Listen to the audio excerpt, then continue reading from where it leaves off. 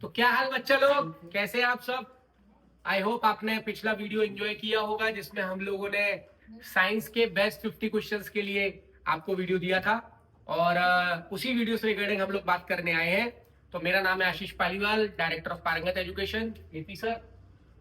तो बच्चा लोग, मैं आपको ये बता रहा हूँ कि जैसा कि आज आप लोगों का पेपर हो गया होगा और बहुत सारे बच्चों ने देखा होगा कि उस वीडियो से काफी सारे क्वेश्चंस आए हैं। हमने बोला था कि इंपॉर्टेंट है, करके जाना। तो जैसे मैं अगर फिजिक्स की बात करूं, अभी केमिस्ट्री वाले रितेश सर भी अपने साथ है, स्नेहा मैम भी अपने साथ है बायो की, वो भी आपको डिस्कस करेंगे।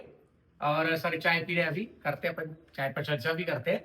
तो भाइयों बहनों, जैसा कि आप जानते हैं कि मैंने आपको बोला था हाइपरमेट्रोपिया या मायोपिया एक सवाल आएगा और आप चेक कर सकते हैं, क्वेश्चन आया, हर सेट में आया है, हर सेट में एक क्वेश्चन आया। उसके अलावा वो सवाल कुछ 3 नंबर का है, मैंने लिख के रखा 3 मार्क्स का वो सवाल आया है। उसके बाद मैंने आप लोगों को रिफ्रैक्टिव इंडेक्स का फॉर्मूला लिखा के दिया था, 1 नंबर का वो सवाल आया है उसी के ऊपर।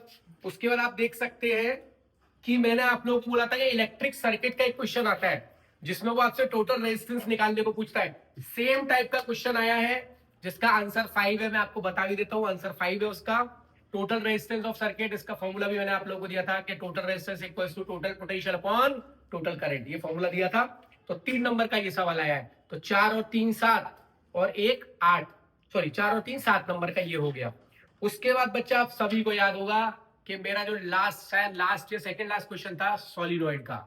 मैंने आपको बताया था कि सॉलिनॉइड कैसे काम करता है, सॉलिनॉइड का मैग्नेटिक फील्ड कैसे होता है। एक्चुअल में अपना क्वेश्चन इलेक्ट्रोमैग्नेट के बारे में था, लेकिन मैंने उसके पहले आपको सॉलिनॉइड एक्सप्लेन किया था। और सॉलिनॉइड और इलेक्ट्रोमैग्नेट का मैग्नेटिक फील्ड कैसे वेरी करता है, वो भी सेम क्वेश्चन पूछा गया है कि name 2 factors on which magnetic field depends. इसका आंसर ही बताया था, करंट और नंबर ऑफ टर्न्स। आप सभी लोग जाके वीडियो को वापस चेक कीजिए क्या ये बात सही है कि नहीं है। उसके बाद सेम क्वेश्चन याद कीजिए कि एक करंट कैरिंग वायर है, करंट कैरिंग वायर है, और जिसमें अपन लोगों ने कौन सा रूल लगा के उस वायर के आजू बाजू का मैग्नेटिक फील्ड बनाते हैं, मैंने बना के भी दिखाया था। Draw diagram showing the magnetic field pattern around it. Same question अपन ने वो वीडियो में सॉल्व किया था। तो ये क्वेश्चन आया बेटा 5 मार्क्स का।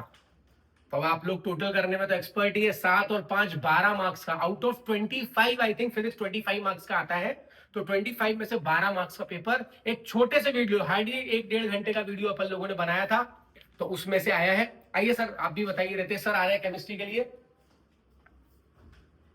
क्या बोलते बच्चा लोग, पेपर गया आज अच्छा। चलो देखते हैं केमिस्ट्री का क्या आया था। वैसे तो 50 क्वेश्चंस में से केमिस्ट्री के भी मोस्ट ऑफ द क्वेश्चन आए हैं। जैसे अगर आप केमिस्ट्री के सेशन में देखोगे तो एक क्वेश्चन आया था Na2O and MgCl2 electron dot structure वाला, किस तरीके से इलेक्ट्रॉन ट्रांसफर होता है, जो अपन ने वीडियो में अपन ने देखा है। वो क्वेश्चन एज इट इज जैसा का वैसा आपके हर सेक्शन में आया हुआ है, हर सेट में आया हुआ है। वैसे कि क्यों भैया HCl ड्राई HCl एसिडिक नहीं होता है जबकि डाइल्यूट होता है, ये क्वेश्चन अपन ने पढ़ा था एसिड बेसिस एंड सॉल्ट में। ये भी क्वेश्चन एज इट इज आया है। वही एक क्वेश्चन कि भाई एसिड में वाटर नहीं डाला जाता, वाटर में एसिड डाला जाता है, ये क्वेश्चन भी एज इट इज जैसा का वैसा आया है। NOH क्लोरो अल्कलाई प्रोसेस हमने पढ़ा था, बेकिंग सोडा पढ़ा था, उसी के साथ साथ प्लास्टर ऑफ पेरिस पढ़ा था, ये क्वेश्चंस आ चुके हैं। बेटा कार्बोनेट्स कंपाउंड में याद होगा आपको कि मैंने कहा था स्टेरिफिकेशन बहुत इंपॉर्टेंट है।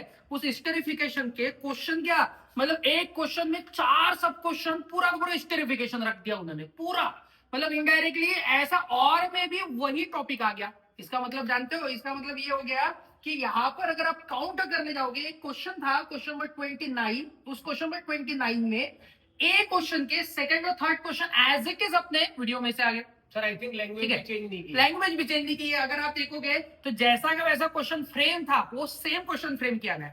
तो हमने बोला भी था कि भैया ये इंपॉर्टेंट टॉपिक है, अगर ये इंपॉर्टेंट टॉपिक है तो आ सकता है, और आया। ठीक है, और हमारे बच्चों ने अच्छे से मेहनत की, होप कि सभी बच्चों ने मेहनत की होगी। केमिस्ट्री का 13 से 15 मार्क का आया है एग्जाम में, तो भाई इससे अच्छा तो आ नहीं सकता है ना।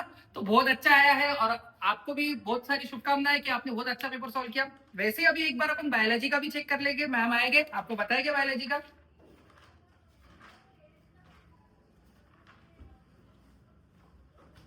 हेलो बच्चों, कैसे हो? आई होप सबका ही पेपर बहुत अच्छे से गया होगा आज का। तो देखते हैं कौन से बायोलॉजी के क्वेश्चन आपको आए होंगे। देखो क्वेश्चन नंबर 14 दी है, हम लोगों ने क्वेश्चन किए थे, उसमें से पूरा मोनोहाइड्रिक क्रॉस हम लोगों ने देखा था। तो यहाँ पे देखो, show the cross and observation made by Mendel when cross pure tall P plant with A dwarf P plant. ठीक है, हम लोगों ने पूरा ही ये क्वेश्चन किया था, 3 मार्क के लिए एज इट इज क्वेश्चन आया है। नेक्स्ट क्वेश्चन देखो कौन सा रिपीट हुआ है। नेक्स्ट देखो क्वेश्चन नंबर 12। ठीक है, तो क्वेश्चन नंबर 12 में हम लोगों ने अपने क्वेश्चन प्रैक्टिस क्वेश्चन में इंपॉर्टेंट क्वेश्चन में किया था फिश का और ह्यूमन बीइंग का हार्ट का क्वेश्चन किया था, एज इट इज क्वेश्चन पूछा गया है। उसके बाद डबल सर्कुलेशन का क्वेश्चन किया था बी पार्ट में, जो क्वेश्चन एज इट इज आया है, ये भी क्वेश्चन 2 मार्क्स के लिए दिया है। उसके बाद देखो what kind of respiration provide more energy and why. Aerobic and anaerobic respiration पूछा था, तो एरोबिक रेस्पिरेशन में मैंने बताया था 38 एटीपी मॉलिक्यूल्स फॉर्म होते हैं, वो क्वेश्चन पे एज इट इज आया है। उसके बाद नेक्स्ट देखो 10 का first and second question. First और सेकंड क्वेश्चन देखो किसका है, अवर इन्वायरमेंट चैप्टर का इंपॉर्टेंट क्वेश्चन में से किया था ओजोन लेयर, और मैंने बताया भी था कि ओजोन लेयर के पूरे क्वेश्चन इसमें कवर हो जाते हैं, तो ओजोन लेयर का पूरा क्वेश्चन फर्स्ट एंड सेकंड पूरा का पूरा ही क्वेश्चन कवर हुआ है। नेक्स्ट देखो, नेक्स्ट है बेटा क्वेश्चन 6। ठीक है, इसमें एमसीक्यू दिया है बायोलॉजिकल मैग्निफिकेशन में। देखो बायोलॉजिकल मैग्निफिकेशन पढ़ाया था तब मैंने एक एग्जांपल दिया था, है ना, small fish large fish human beings का। तो एमसीक्यू फॉर्म में ये पूरा का पूरा एग्जांपल एक्सप्लेन किया हुआ है बेटा। ठीक है, ठीक है, हो गया बेटा, थैंक यू। ठीक है, थैंक यू। चले चले। हाँ बेटा, अच्छा और एक चीज और।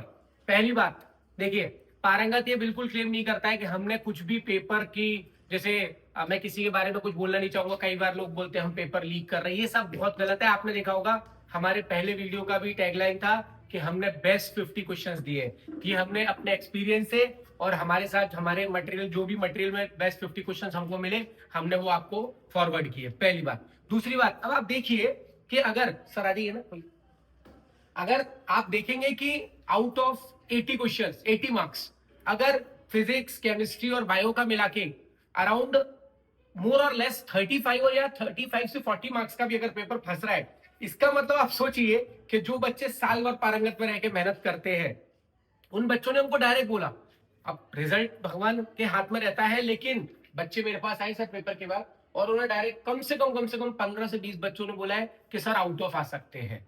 रीजन भी आपको बताता हूँ, ये जो बाकी के भी क्वेश्चन आए ना बेटा, ये बाकी के क्वेश्चन भी मैंने क्लास में इंपॉर्टेंट बताए थे कि बेटा ये कर लेना। पूरा पेपर क्लास में, रेगुलर क्लास में जो हम इंपॉर्टेंट बताते हैं उसमें से फंसा है। हाँ, यहाँ पर टाइम कंस्ट्रेंट रहता है वीडियो में, और हम नहीं चाह रहे थे कि आपको बहुत सारा कुछ कुछ दे दे, इसलिए हम लोगों ने मिनिमम रखा उस टाइम पे कि सिर्फ 50 क्वेश्चन में से, तो जिन बच्चों ने देखा होगा 50 क्वेश्चन में आ गए, उसमें से 40 मार्क्स का अगर आ गया तो आपको मैक्सिमम बेनिफिट मिल गया।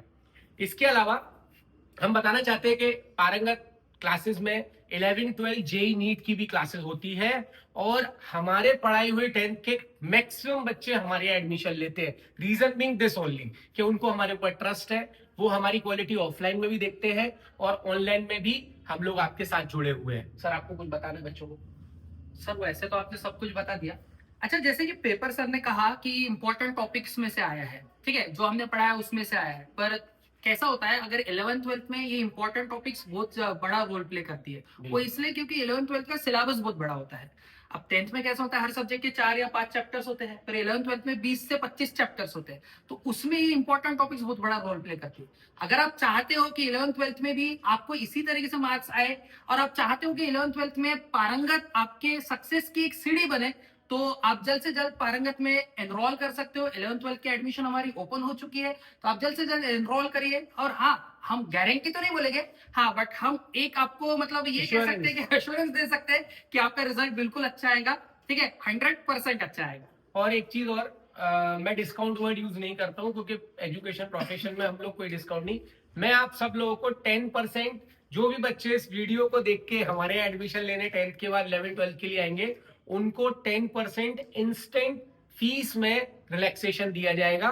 उनको एक तरह से it's a kind of help, या मैं बोलूंगा कि ये मेरी तरफ से आप लोगों को ग्रेटिट्यूड है कि भाई आप लोगों ने मेरा वीडियो देखा, हमारी क्लास का वीडियो देखा और हमको आगे बढ़ाने में हमारी मदद करी। तो all the very best. 9-10 classes के 11-12 क्लासेस का और भी कंटेंट आता रहेगा, देखते रहे। शेयर और सब्सक्राइब करना मैं उस दिन बताना भूल गया था, तो आप कर लो भाई। चलिए, थैंक यू बेटा, ऑल द बेस्ट, जय हिंद।